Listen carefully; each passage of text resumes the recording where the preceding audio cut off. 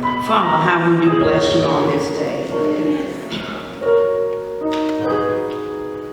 We thank you, God, for keeping us all week long and graciously allowing us to arise this morning and make our way into this corporate worship experience. And now, Lord, let something be said today that will change someone's life for the better. And we will be careful, God, to give you the honor, the glory, and the praise that only you are most deserving of. Hide me behind the sacred desk, God, and let the people see you. Lord, you are my strength and my redeemer. Amen. Good morning, Allen Temple. And Brother Moss and I were sitting in the pastor's office last Sunday, and he made the comment, he said, I need somebody to preach the anniversary sermon next Sunday. And I pointed straight to Brother Moss. I said, well, he knows you the best. You've been here longer than him. The pastor said, well, he's preaching today. And they laughed, and I said, well, okay, I guess it's on me. But I've been here a minute, so I have observed some things about our pastor, so we'll see if I'm accurate on some of those observations. There is a word from the Lord, and he has been with me all week long. I've been in prayer. So I invite your attention this morning. We're going to the Old Testament, to the book of Ecclesiastes, chapter 12. Verses 9 through 11. The book of Ecclesiastes, chapter 12, verses 9 through 11. And I'm using the English Standard Version. And all scriptures reference are also from the English Standard Version. Here you will find these words. Besides being wise, the preacher also taught the people knowledge, weighing and studying and arranging many proverbs with great care. The preacher sought to find words of delight, and uprightly he wrote words of truth. The words of the wise are like goads, and like nails firmly fixed are the collected sayings. They are given by one shepherd. And I'd like to tag this text for preaching this morning simply, the preacher. The preacher. The book of Ecclesiastes was written at a pivotal time in Israel's history. Yet, no authorship is assigned to this book, although Jewish and Christian scholars ascribe the authorship to Solomon. And they do so based on the fact that the preacher in this chapter is described as the son of David. During this period of time, Israel was at the crossroads of becoming a booming international trade center. Fortunes could really be made and lost overnight. People focused on making money and storing wealth. The temptation to forget the God who saved them from misery in Egypt and who had preserved them throughout the ages was great. But they continually forgot God and his commandments. The preacher opened the book of Ecclesiastes with an introduction of himself, a statement of his theme, and a poetic summary of his theme. The theme centers on vanity. In Hebrew, the word for vanity means vapor. It refers to that which is meaningless, futile, and passing. So, beloved, the preacher's theme is really that everything in life is meaningless. But then he asks, if we live our lives in the right relationship with God, then everything in life is meaningful. So in this final chapter of Ecclesiastes, the preacher states emphatically how we are to live our lives. Now this is where I believe history meets the present. Our pastor, who is a preacher par excellence, has been on a mission in telling and showing us how we are to live a meaningful life.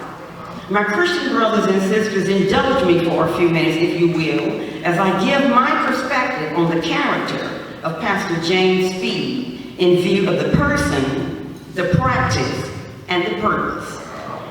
First, the person. Verse 9 states, besides being wise, the preacher also taught the people knowledge, weighing and studying and arranging many proverbs with great care.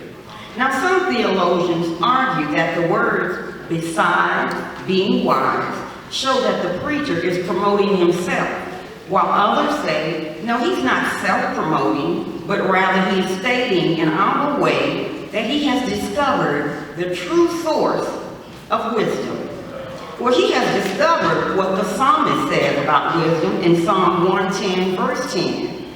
The fear of the Lord is the beginning of wisdom. This is also what Solomon says in Proverbs 9:10. The fear of the Lord is the beginning of wisdom.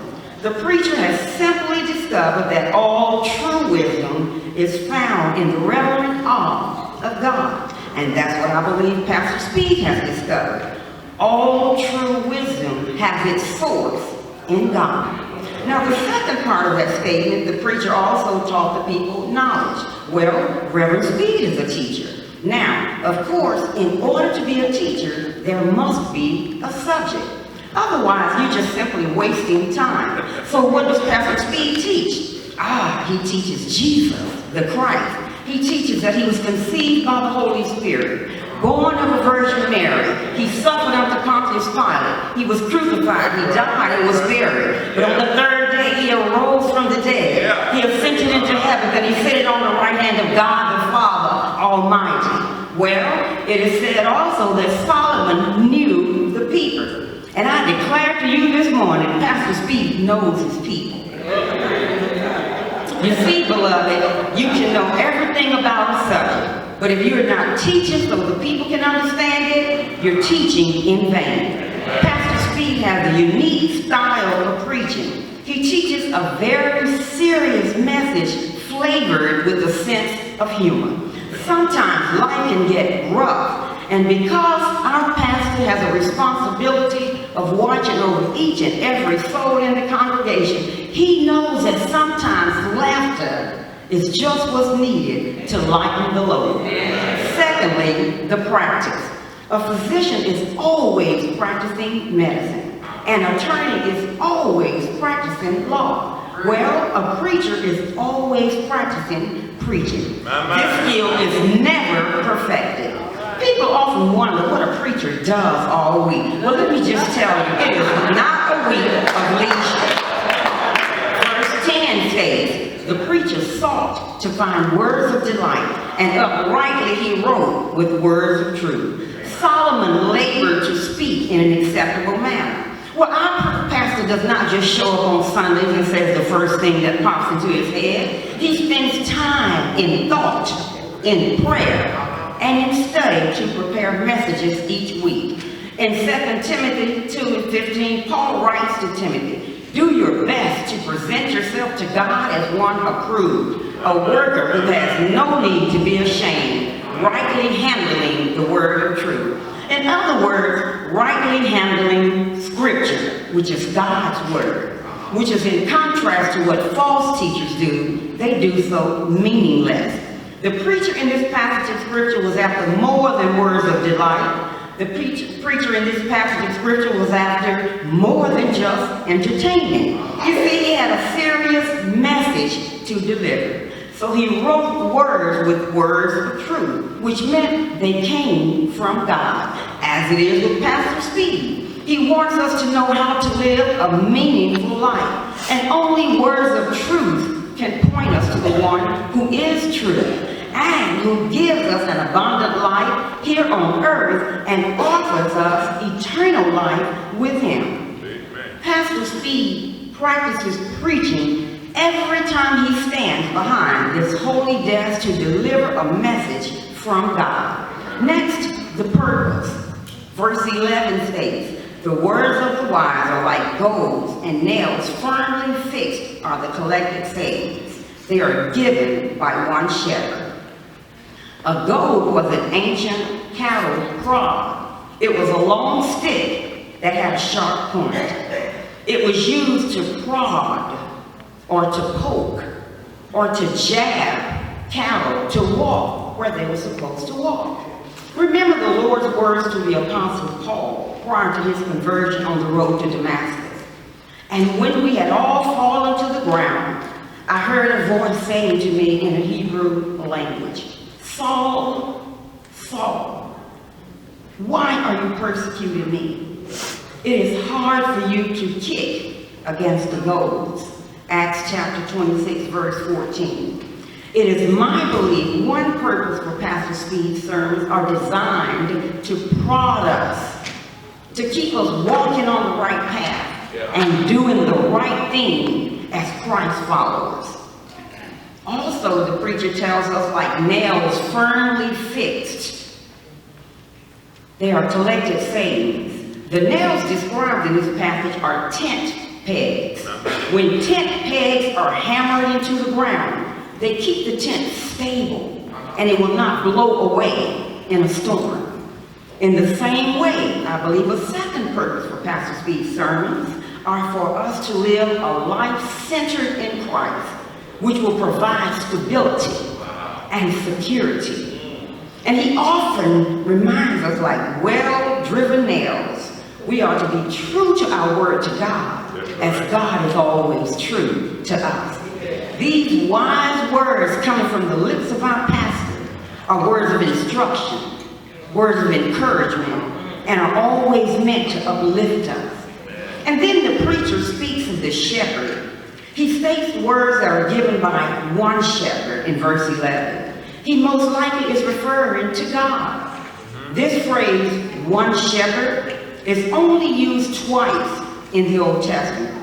It's found in Ezekiel 34th chapter, 32nd verse, and also in Ezekiel 37th chapter, 24th verse. In these verses, it refers to the promised son of King David.